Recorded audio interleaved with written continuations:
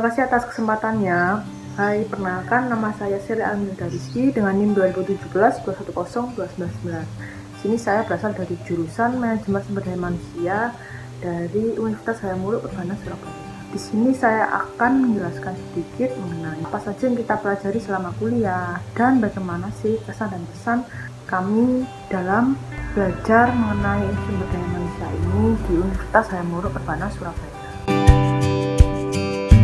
Yang dipelajari dari manajemen sumber daya manusia ini tuh sama seperti jurusan-jurusan lain yang memiliki mata kuliah peminatan. Di manajemen sumber daya manusia ini tuh ada beberapa mata kuliah peminatan yang diajarkan. Yang pertama seperti perencanaan dan pengembangan SDM, lalu yang kedua ada hubungan industrial, lalu yang ketiga ada manajemen pelatihan dan pengembangan, lalu yang keempat ada manajemen kinerja dan karir, lalu yang kelima ada manajemen kompensasi dan benefit, dan yang terakhir ada pengelolaan SDM milenial. Intinya yang pertama akan diajarkan pada mata kuliah perencanaan dan pengembangan SDM. Nah, mata kuliah ini diajarkan oleh Bu Yani dan Bu Emma.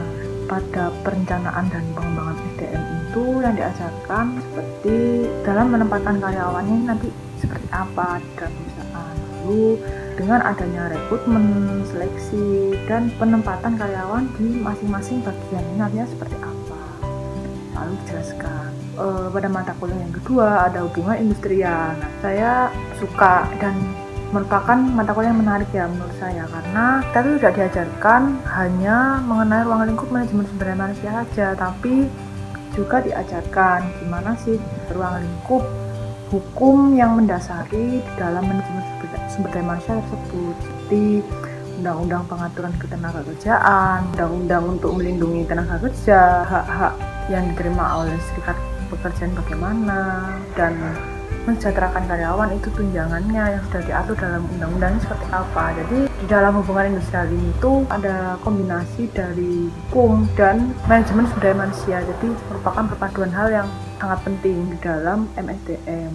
Kita diajarkan oleh dosen yang sangat berpengalaman di bidangnya seperti Pak Ari dan Pak Juwito yang memang merupakan beliau mampu untuk menjelaskan. Lalu yang selanjutnya yang ketiga ada mata kuliah manajemen pelatihan dan perkembangan. Nah, pastikan di dalam perusahaan karyawan itu kan performanya ataupun kinerja dari mereka kan tidak sepenuhnya harus selalu meningkat ya. Pasti kan ada titik rendahnya, mungkin mereka bosan atau jenuh dengan suasana di kantor mereka ini seperti apa, lalu mereka juga kurang adanya motivasi ataupun kurang dalam hal produktivitas pekerjaan mereka. Nah, di sini tuh peran yang sangat penting di dalam human resource untuk mengembangkan potensi dari karyawan tersebut melalui pelatihan dan pengembangan. Nah, kita dijelaskan memberi pelatihan kepada karyawan dan memberi pengembangan ini tuh bukan hal yang mudah. Pasti kan ada beberapa hal dalam hubungan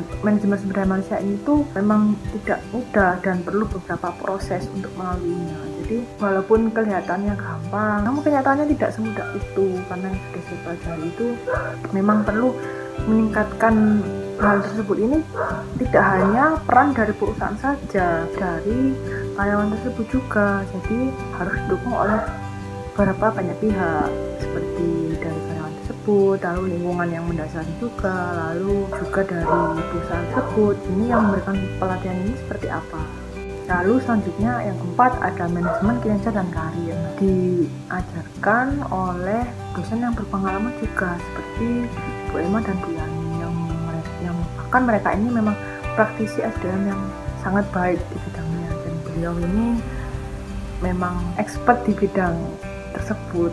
Jadi dalam pengelolaan kinerja dan karir ini itu terdapat proses-proses seperti mulai dari perencanaan hingga plannya ke depannya ini pelaksanaannya seperti apa, dan merancang hasil yang diperoleh sehingga menghasilkan tindak lanjut dari hasil penilaian dari kinerja karyawan-karyawan tersebut yang ada di perusahaan. Karena di dalam perusahaan kan pasti adanya penilaian kinerja kan dari karyawannya, karena hal ini tuh dapat mengevaluasi bagaimana sih kinerja dari karyawan tersebut, apakah ada penurunan ataupun ada kenaikan. Jadi perusahaan ini harus sering-sering memantau hasil dari perencanaan dan pelaksanaan tersebut akhirnya dari penilaian kerja ini nantinya akan dihasilkan evaluasi, yang dimana evaluasi ini tuh strategi yang sangat penting dalam perusahaan agar sumber daya manusia yang dimiliki oleh perusahaan tersebut ini tetap dapat berkinerja dengan baik. Lalu yang kelima ada manajemen kompensasi dan benefit. Nah, di sini kan banyak yang bilang kalau di MSDM ini nggak mungkin ada hitung-hitungannya, nggak mungkin kayak nggak ada pengelolaan angka-angka. Itu salah ya,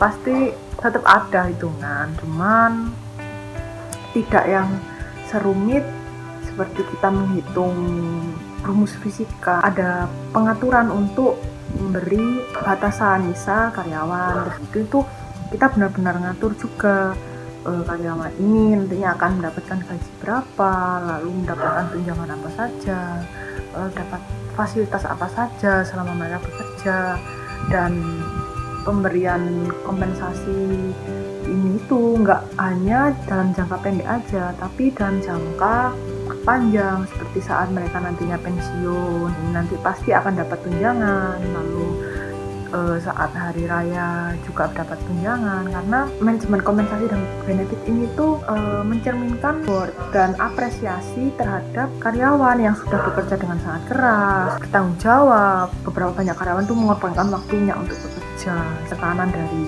perusahaan tersebut, dan akhirnya jika karyawan tersebut mendapatkan kompensasi dari perusahaan, ini nantinya mereka tuh akan merasa dihargai kan, merasa senang juga. Oh, ternyata setelah kita bekerja seharian lelah, capek, ini ternyata kita tuh digaji. Tidak hanya digaji secara materi saja, tetapi dengan secara non materi, seperti mendapat dukungan dari rekan-rekan kerjanya, lalu mendapatkan afirmasi yang positif dari atasan tersebut. Jadi dalam hal MSDM ini tuh, di dalam pemberian kompensasi ini tuh juga sangat penting. Nah, untuk selanjutnya ada mata kuliah pengelolaan SDM milenial. Karakteristik milenial ini tuh memiliki perbedaan yang sangat signifikan dengan generasi sebelumnya. Dengan pola pikir mereka, bekerja mereka ini seperti apa, pastinya kan sangat berbeda generasi milenial dengan generasi sebelumnya. Untuk itu, pada pengelolaan SDM milenial sendiri merupakan mata kuliah yang seru juga, yang pastinya juga dalam mata kuliah ini diajarkan oleh dosen yang memang pengalaman juga di dalam bidang tersebut, seperti Bu Laila dan Bu Tati, yang mengampu dalam mata kuliah pengelolaan SDM milenial itu dari proses rekrutmen untuk mengambil karyawan milenial ini. Apalagi di zaman sekarang ini, rekrutmen ini sudah melalui online dan serba mudah. Untuk itu pengelolaan ini juga ini dikembangkan untuk generasi sebelumnya juga, untuk menyesuaikan dengan berkembangnya pengelolaan SDM milenial saat ini. Jadi antara generasi milenial dan generasi sebelumnya ini tuh tidak ada yang saling teknologiku lebih maju, oh teknologinya ini nggak maju, jadi kita ini memiliki perbedaan, jadi nggak bisa bersatu. Nah, jadi kesulitan ini tuh yang menjadi tantangan bagi mata kuliah pengelolaan SDM milenial untuk menyatukan dua jalan yang memang berbeda, yang nantinya akan bersinergi juga dan tidak memandang adanya perbedaan antara generasi tersebut. Untuk strategi yang dikembangkan dalam pengelolaan SDM milenial ini nantinya akan memungkinkan engagement dari mereka untuk menyusun strategi, mempertahankan dan mengembangkan gimana sih minatnya karyawan milenial ini, gimana sih minatnya karyawan generasi sebelumnya ini, yang bisa menyatukan kedua perbedaan tersebut bersinergi, memajukan perusahaan mereka dan tidak memandang berbagai jenis generasi. Untuk kesan dan pesan saya selama kuliah di jurusan manajemen sumber daya manusia itu, dibilang mudah itu enggak, dibilang susah banget itu enggak. Jadi ada kelebihan dan kekurangan sendiri. Susah-susah gampang lah untuk pelajari. Hal-hal yang diajarkan dalam MSDM ini seperti apa, ini tuh nantinya kita dibimbing perlahan-lahan, bertahap, jadi kita tuh lama-lama bisa ngerti. Dan yang pasti dalam manajemen sumber daya manusia ini tuh diajarkan oleh beberapa dosen yang memang mereka expert di bidangnya, dan emang mereka sudah jam terbangnya ini tuh di MSDM ini tuh udah nggak sebentar lagi. ada Bu Yani, Bu Emma, Pak Hari, Pak Cito, Bu Laila, dan Bu Tati ini. Beliau-beliau ini memang sangat mumpuni dan sangat mengerti bidang MSDM ini, sehingga kita mahasiswa yang memang belum mengerti ranah MSDM ini di pekerjaan nantinya seperti apa, yang dari awal kita nggak tahu sama sekali, yang dari awal kita nggak tahu apa aja, ini tuh lama-lama nanti kita perlahan tahu bagaimana prosesnya.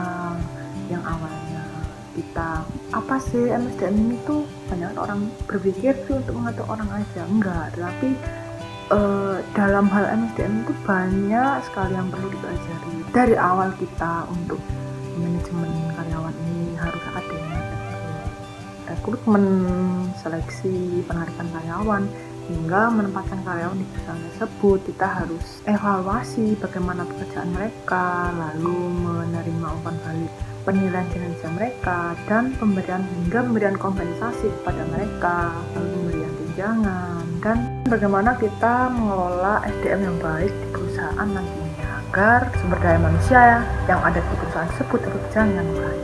Sekian yang bisa saya sampaikan, semoga bermanfaat untuk kedepannya. Saya mohon maaf apabila ada kata ataupun perbuatan baik yang disengaja maupun tidak, saya mohon maaf. Terima kasih sudah mendengarkan saya. Wassalamualaikum warahmatullahi wabarakatuh.